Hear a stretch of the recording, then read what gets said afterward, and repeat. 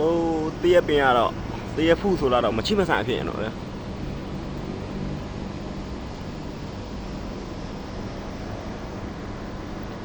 ဖူးတွေကဖူးနေတယ်အသီးကင်းလေးတွေတောင်မှပဲဖြစ်လာနောက်လာတဲ့ဆိုရင်တော့စပါတော့မယ်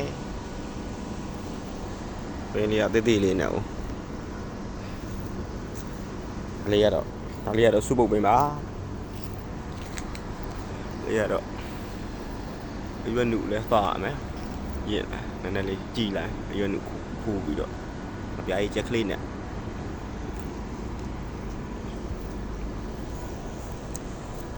ဒါလေးကတော့ပေါက်ပန်းဖြူပါခင်ဗျာပန်းဖြူပွင့်လေးတွေမပြီးရေးလေးနဲ့ကောင်းပေါ့ကောင်းညို့တော့မရှိပြန်တော့မထွက်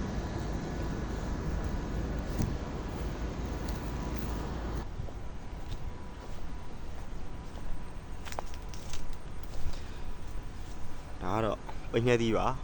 ပိညက်သီးတွေစုကျနေပြီရင့်နေပြီတုတ်ပါတော့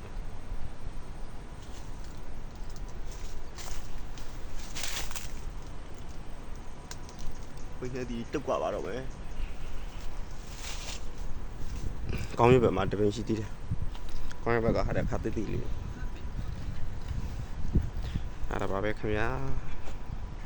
ရေပူနဲ့ပိညက်သီးလာကြွားတာပါဖြစ်မှကြည့်ပါဦး